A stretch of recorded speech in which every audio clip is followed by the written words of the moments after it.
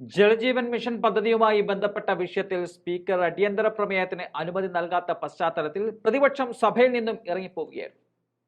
പ്രതിപക്ഷ നേതാവ് വി.ഡി. സതീശന് തൊട്ടുപുറകെ വാക്കൌട്ട് പ്രസംഗം നടത്തിയ കുഞ്ഞാലിക്കുട്ടിയും സർക്കാരിനെ രൂക്ഷമായി തന്നെ തന്റെ സ്വതസിദ്ധ ശൈലിയിൽ വിമർശിക്കുന്നുണ്ട്.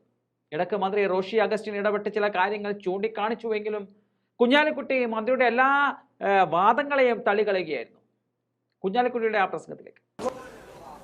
ബഹുമാനപ്പെട്ട മന്ത്രി പറഞ്ഞതുപോലെ ആദ്യഘട്ടത്തിൽ ജനപ്രതിനിധികളൊക്കെ വളരെ കാര്യമായി തന്നെ സഹകരിച്ച് കേരളത്തിൽ, രാജ്യത്ത് തന്നെ, പക്ഷേ കേരളത്തിൽ പ്രത്യേകിച്ചും വലിയ പ്രതീക്ഷ ഉണർത്തിയ ഒരു പദ്ധതിയാണ് നമ്മളിന്നിവിടെ അടിയന്തര പ്രമേയമായി അവതരിപ്പിച്ചിരിക്കുന്നത്. ശ്രീ അനൂപ് ജേക്കബ് അത് വരച്ച് കാണിക്കുകയുണ്ടായി.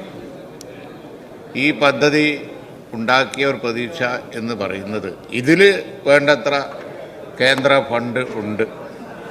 UPA ഗവൺമെൻറ്റിൻ്റെ കാലത്ത് വന്ന് പിന്നീട് ഇപ്പോൾ ഭരിക്കുന്ന കേന്ദ്ര ഗവൺമെൻറ്റിൻ്റെ കാലത്ത് കാര്യമായി ഇന്ത്യയിൽ മുഴുവൻ വില്ലേജുകളിൽ വെള്ളം കൊടുക്കുന്ന അതിന് ധാരാളം ഫണ്ടുണ്ട്, നടക്കാൻ പോവുകയാണ് എന്നുള്ള ഒരു ഇംപ്രഷൻ നമുക്കൊക്കെ ഉണ്ടായി.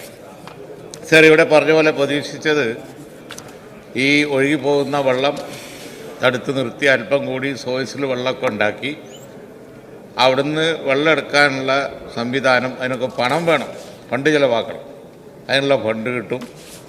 അങ്ങനെ പുതിയ ഒരു പദ്ധതി തന്നെ, നല്ലൊരു പദ്ധതി തന്നെ കേന്ദ്ര ഗവൺമെൻറ് ധാരാളം ഫണ്ടുമായിട്ട് വലിയൊരു റവല്യൂഷൻ തന്നെ നമ്മുടെ കുടിവെള്ള കാര്യത്തിൽ ഉണ്ടാവാൻ പോവുകയാണ് എന്നാണ് കരുതിയത്. ആ ഉത്സാഹത്തിലാണ് ബഹുമാനപ്പെട്ട മന്ത്രി പറഞ്ഞതുപോലെ നമ്മളൊക്കെ വളരെ സഹകരിച്ച് ഈ പദ്ധതിയിലൂടെ ഇതൊരു നടക്കാൻ പോകുന്ന ഫണ്ടുള്ള ഒരു കാര്യമാണ് എന്ന് ധരിച്ച് നീങ്ങിയത്.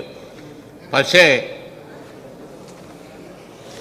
നമ്മുടെ എല്ലാ മണ്ഡലങ്ങളിൽ ഈ ശുദ്ധീകരണശാലയുടെയും പ്ലാന്റും ടാങ്കും എല്ലാം പണി ഇപ്പം നടക്കുന്നുണ്ട്. ഞാൻ ഈ ചർച്ചയിൽ പറഞ്ഞതെന്താ, പൊതുജനം തെറ്റിദ്ധരിക്കരുത്, ഇത് പാളിപ്പോകും, നടക്കില്ല എന്നൊരു മെസ്സേജ് കൊടുക്കുന്നത് ഗുണകരമാണോ എന്ന് ചിന്തിക്കുക. ഒറ്റ സെക്കൻഡ്. ഇപ്പം പഞ്ചായത്ത് ഇവിടെ ചോദിച്ചപ്പോൾ ശ്രദ്ധിച്ചു, എന്തുകൊണ്ടാണ് 1ഉം 2ഉം ഘട്ടം വന്നപ്പം പഞ്ചായത്തുകളുടെ റോഡ് പൊളിച്ചത് അറിയില്ലായിരുന്നോ, അത് ചെയ്യാൻ പദ്ധതി വേണ്ടായിരുന്നോ എന്നൊക്കെ ചോദിച്ചു. ഈ പദ്ധതി കേന്ദ്ര സംസ്ഥാന ഗവൺമെൻറ്റുകളുടെ സംയോജിത പദ്ധതിയാണ്. കേരളത്തിൽ, ഇന്ത്യയിൽ ഒരിടത്തും അങ്ങനെ ആ ഫേസിൽ ഇത് കൊടുത്തിരുന്നില്ല, ഇപ്പോഴും നടക്കുന്നില്ല. നമ്മൾ മാത്രം പുറകിൽ പോയി നേടിയെടുത്താണത്. 25% പദ്ധതി പഞ്ചായത്താണ് ചെലവഴിക്കേണ്ടത്. നമ്മുടെ പഞ്ചായത്തുകളുടെ സ്ഥിതി അനുസരിച്ച് എഗ്രിമെൻറ്റിൽ പഞ്ചായത്ത് അംഗീകരിച്ചാണല്ലോ ഈ വർക്ക് ആരംഭിച്ചത്. ഏതെങ്കിലും പഞ്ചായത്ത് 25% ചെലവഴിച്ചോ? അപ്പോൾ പഞ്ചായത്തിന് ചെലവഴിക്കാൻ സാധിക്കാതെ വരുന്ന സന്ദർഭത്തിലും അത് മെറ്റ് ചെയ്ത് ഗവൺമെൻറ് കൊണ്ടുപോയിക്കൊണ്ടിരിക്കുന്ന ഘട്ടമാണല്ലോ കാണുന്നത്. അത് കാണാതെയാണല്ലോ ഈ കാര്യം പറയുന്നത്. അപ്പോൾ അതുകൊണ്ട് പഞ്ചായത്തുകളെ സംരക്ഷിക്കൽ നമുക്ക് ആവശ്യമാണ്. തെറ്റിദ്ധാരണ ഉണ്ടായിരിക്കാനാണ്, സംശയം ജനങ്ങളിലുണ്ടായിരിക്കാൻ മാത്രമാണ്. പണികൾ പൂർത്തീകരിച്ചുകൊണ്ടിരിക്കുകയാണ്. മിനിസ്റ്റർ, അതല്ല, ഈ പദ്ധതിയെക്കുറിച്ച് തുടക്കത്തിലുണ്ടായിരുന്ന ആ പ്രതീക്ഷയ്ക്ക് ഇപ്പോൾ വലിയൊരു തിരിച്ചടി, ഒരു അടി കിട്ടി.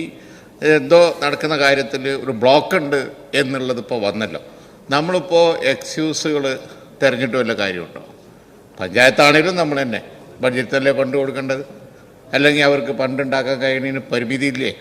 പറയുന്ന ഓരോ ആവശ്യത്തിനും പണം ചെലവഴിക്കാനുള്ള ഫണ്ട് പഞ്ചായത്തിൻ്റെ കയ്യിലുണ്ടോ?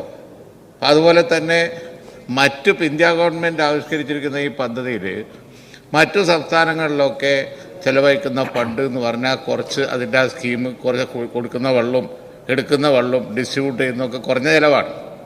എന്നാൽ കേരളത്തിൽ ഇതിന് ഇത്രയധികം കേന്ദ്ര ഫണ്ട് കിട്ടുന്ന ഒരു പദ്ധതിക്ക് മാച്ചിങ് ഗ്രാൻഡ് നമ്മൾ കാണേണ്ടതല്ലേ? ഈ ചോദ്യം നരേന്ദ്രമന്ത്രിയോട് ചോദിക്കേണ്ടതാണ്. ഫണ്ടില്ലാതെ ഇത് നടപ്പിലാക്കാൻ കഴിയില്ല. മാച്ചിങ് ആയിട്ടുള്ള ഫണ്ട് നമ്മൾ കൊടുക്കാതെ കേന്ദ്ര ഗവൺമെൻറ് ധാരാളം ഫണ്ട് കിട്ടുമ്പോൾ അത് നമുക്ക് അങ്ങേയറ്റം ഗുണമാണ്. അപ്പോൾ അതുകൊണ്ട് അതിനനുസരിച്ചുള്ള ഫണ്ട് നമ്മൾ കൊടുക്കണം എന്നുള്ളത് കേരള ഗവൺമെൻറ് കണ്ട് അതിനുള്ള ഫൈനാൻസ് വെക്കണ്ടേ? അതുപോലെ തന്നെ റീസ്റ്റോറേഷൻ. ഇപ്പം എൻ്റെ മണ്ഡലത്തിൽ ഒരു റോഡുണ്ട്, നല്ല റോഡാണ്, ഒരുപാട് ഫണ്ട് ചെലവഴിച്ച റോഡ് വരാൻ പോവാണ്. പക്ഷേ വാട്ടർ അതോറിറ്റിക്ക് ഫണ്ട് കെട്ടാൻ കഴിയുന്നില്ല.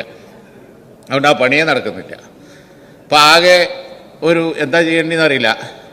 അഥവാ ഈ പൈപ്പിൻ്റെ കാര്യം ചെയ്യാതെ റോഡ് നന്നാക്കി കഴിഞ്ഞാൽ അടുത്ത് തന്നെ വരും, നന്നാക്കിയ റോഡ് മുഴുവൻ വെട്ടിപ്പൊളിക്കും. അതുകൊണ്ട് ചെയ്യണോ ചെയ്യണ്ടേ എന്നുള്ളത് സർ, ഇതിനൊക്കെ പണ്ട് നേരത്തെ നമ്മൾ കണ്ട് അതിനനുസരിച്ച് ഇത്രയും വലിയൊരു പദ്ധതി വന്നിരിക്കുന്നു. കുടിവെള്ള രംഗത്ത് നമുക്ക് റവല്യൂഷൻ തന്നെ ഉണ്ടാക്കുക. അതിനനുസരിച്ച് ഒരു ഫണ്ട് കണ്ട് അതിന് പ്രയോറിറ്റിയായി ഫണ്ട് കണ്ട് വെക്കണ്ടേ. ഇതിൻ്റെ പിന്നെ ഓരോ ഘടകങ്ങളും പഞ്ചായത്ത് കൊടുക്കുന്നത്, അതുപോലെ തന്നെ ഇതിൻ്റെ കേന്ദ്ര ഗവൺമെൻറ്റിൽ നിന്ന് കിട്ടുന്നത്, കേരള ഗവൺമെൻറ്റിൽ നിന്ന് കിട്ടുന്നത്, ഇത് കണ്ടെത്തി അതിൻ്റെ ആ മാനേജ്മെൻറ്റ് മന്ത്രിക്ക് ഉത്സാഹമില്ലാത്തതുകൊണ്ടോ നോക്കായിട്ടോ ആണെന്ന് നമ്മൾ പറയുന്നില്ല. പക്ഷെ പ്രൊഫഷണലായിട്ട് ഇത് നോക്കേണ്ടിയിരുന്ന ഉദ്യോഗസ്ഥന്മാർ, ടീം, അവരൊക്കെ ഇത്രയും വലിയൊരു പദ്ധതി വരുമ്പോൾ അതിനനുസരിച്ച് ഉത്സാഹപൂർവ്വം അതിൻ്റെ മാനേജ്മെൻറ്റും അതിലൊരു പ്രൊഫഷണലിസമൊക്കെ കൊണ്ടുവന്നിരുന്നു എങ്കിൽ, അതിനനുസരിച്ച് ഫണ്ടും കൊടുത്തിരുന്നുവെങ്കിൽ ഈ പദ്ധതി വലിയ റവല്യൂഷൻ ഉണ്ടാക്കുമായിരുന്നു. ഇപ്പോൾ എന്തോ ഇത്രയും നല്ലൊരു പദ്ധതി വന്നത്, അതാണ് അടിയന്തര പ്രമേയത്തിന് നിദാനമായ സംഗതി. ഇത്രയും വലിയൊരു പദ്ധതി വന്നിട്ട് ഇപ്പോൾ അത് സ്ട്രക്കായിരിക്കുന്നു, ബ്ലോക്കായിരിക്കുന്നു എന്നുള്ള ഒരു തോന്നലാണ്. ഇതും നടക്കാതെ പോവുകയാണോ എന്നുള്ള ആശങ്കയുണ്ട്, സ്തംഭനമുണ്ട്. അതുകൊണ്ട് തന്നെ ഇനിയെങ്കിലും ഗവൺമെൻറ് ഇതിൻ്റെ കുടിവെള്ളമാണ്. ഇപ്പോൾ നമുക്കറിയാവുന്നതാണ്, നമുക്കൊരുപാട് വെള്ളം മഴക്കാലത്ത് വരും, പുഴയിലൂടെ പോവും, അല്പമൊക്കെ എവിടെയെങ്കിലും തടയണയും ബാക്കിയുള്ളതൊക്കെ കെട്ടി ഉണ്ടാക്കി സോഴ്സിൽ വെള്ളം കൂട്ടി അത് എടുത്ത് ഡിസ്ട്രിബ്യൂട്ട് ചെയ്യാനുള്ള എല്ലാ കഴിവും നമുക്കുണ്ട്, അതിനുള്ള റിസോഴ്സസ് ഒക്കെ നമുക്കുണ്ട്. പക്ഷേ ഇതിനല്പം ഫണ്ട് കണ്ടെത്തി ഇതിൻ്റെ എഫിഷ്യൻസി കൂട്ടണം, ആ കാര്യം ചർച്ച ചെയ്യണം എന്നാണ് ഞങ്ങൾ ആവശ്യപ്പെട്ടത്. അത് അനുവദിക്കാത്തതിൽ പ്രതിഷേധിക്കുകയാണ്.